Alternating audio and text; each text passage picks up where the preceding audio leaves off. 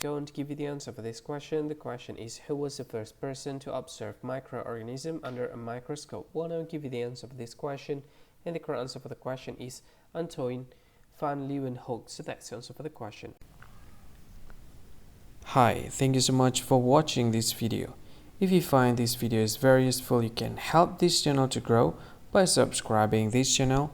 Please this subscribe button and don't forget to like this video.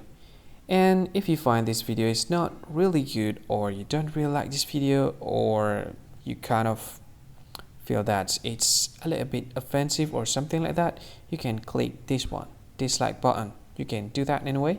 And if you want to share this video with your friend, you can share it by clicking this share button, and you can share it to any social media that you wish that is currently available at this time, like Facebook, Twitter, LinkedIn, and many others, right? And if you want to add this video to your playlist, you can click this one. You can watch this video later, and you can find more options by clicking these three dots.